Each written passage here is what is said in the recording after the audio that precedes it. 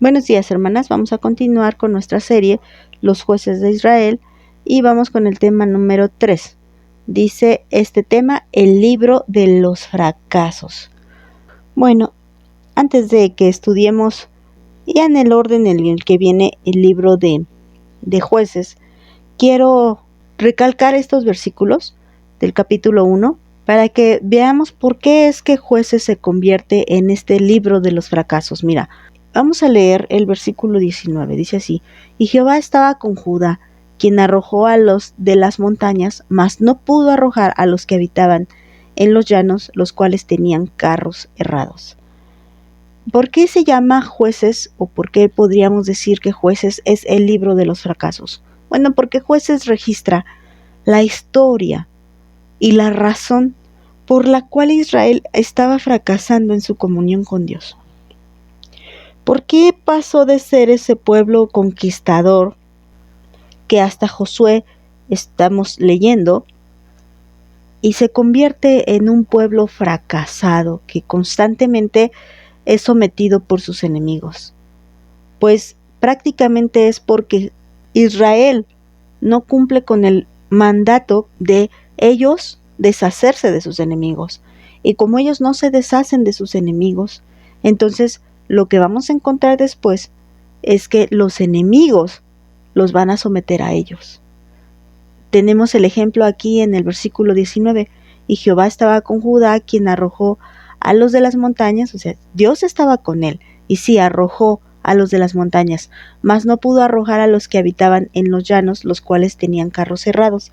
Bueno, aquí te da como una razón humana. Ay, es que no se pudo porque ellos tenían carros cerrados, lo cual Judá no tenía, o sea, tenían, digámoslo así, tenían equipo que Judá no tenía, pero lo que ellos no tenían era a Dios, y Judá tenía a Dios, y Judá olvidó que ellos tenían a Dios. Y por eso muchas veces fracasamos, porque se nos olvida que nosotros no tenemos, pues, muchas cosas que humanamente son muy valiosas, pero tenemos algo súper importante, que es a Dios con nosotros. Recuerda que la palabra dice, mayor es el que está en nosotros que el que está en el mundo.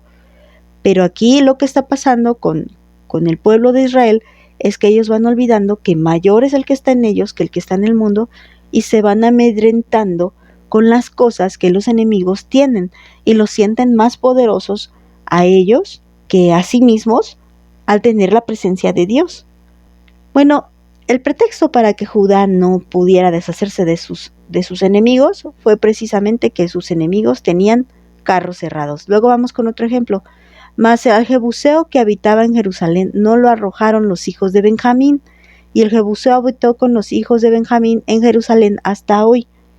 Aquí no nos dice por qué razón jebuseos, que también eran cananeos, estos pueblos paganos que hacían toda clase de ritos demoníacos, empiezan a cohabitar juntos con la tribu de Benjamín. No nos dice por qué, pero empiezan a habitar juntos. Y esto es parte importante por la cual vienen entonces todos estos fracasos que están escritos en este libro. Vamos a saltarnos hasta el versículo 27. Mira lo que dice. Tampoco Manasés arrojó a los de Betseán, ni a los de sus aldeas, ni a los de Taanar y sus aldeas, ni a los de Dor y sus aldeas, ni a los habitantes de Ibleam y sus aldeas, ni a los habitantes de Megiddo y sus aldeas. Y el cananeo persistía en habitar en aquella tierra. Pero cuando Israel se sintió fuerte, hizo al cananeo tributario, mas no lo arrojó. Bueno, obviamente el cananeo persistía porque él consideraba que tenía derecho a esa tierra.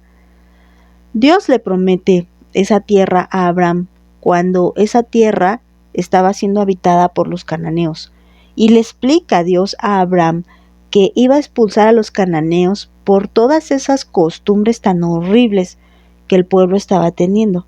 Después vamos a ver que esas costumbres horribles, de las que no voy a hablar ahorita porque las vamos a mencionar más adelante, fueron siendo adoptadas, porque no se nos olvide que ellos cohabitaron juntos. Entonces habitaron juntos y Manasés se conformó con hacerlo tributario, pero no lo deshizo. Es como decir que tenemos un pecado en nuestra vida, que no nos deshacemos de él, pero nos conformamos con sacarle ventaja a ese pecado. Y bueno, la orden de Dios era que se deshicieran de todos los cananeos, que los echaran fuera, que no vivieran junto con ellos, que no se mezclaran, que no tomaran mujeres cananeas para ellos, ni sus mujeres fueran dadas a los cananeos. Pero ¿cómo iba a ser posible que se impidiera este contacto entre los cananeos y el pueblo de Israel? Pues solamente que no habitaran juntos. Pero al habitar juntos, pues la tentación es muy grande.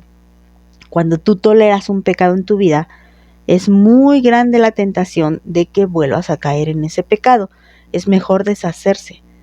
Bueno, vamos a leer el versículo 29 y 30. Dice así: Tampoco Efraín arrojó al cananeo que habitaba en Bezer, sino que habitó el cananeo en medio de ellos en Bezer. Y tampoco Zabulón arrojó a los que habitaban en Quitrón, ni los que habitaban en Naalal, sino que el cananeo habitó en medio de él y le fue tributario. El chiste es que varias tribus aquí mencionadas, ya mencionamos a Efraín, Zabulón, Manasés, Benjamín y Judá. 5 tribus mencionadas aquí nada más, de 12.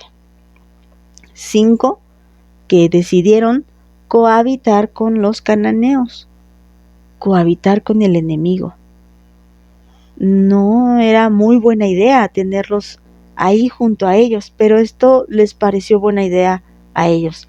Recuerden que esto pasa inmediatamente después de que ellos toman en posesión de la tierra prometida.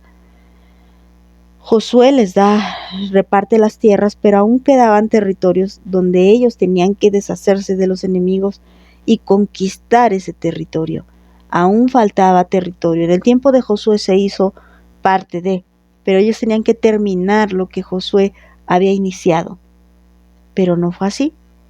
Se conformaron con hacerlos tributarios, es decir, con, a ver, págame impuestos y yo estoy feliz. Se conformaron con sacarle ventaja a estos habitantes de la tierra prometida. No era así el plan de Dios, y por lo tanto, Jueces se convierte en un libro de los fracasos. Y bueno, hasta aquí lo vamos a dejar. Continuamos el día de mañana. Que Dios les bendiga, hermanas.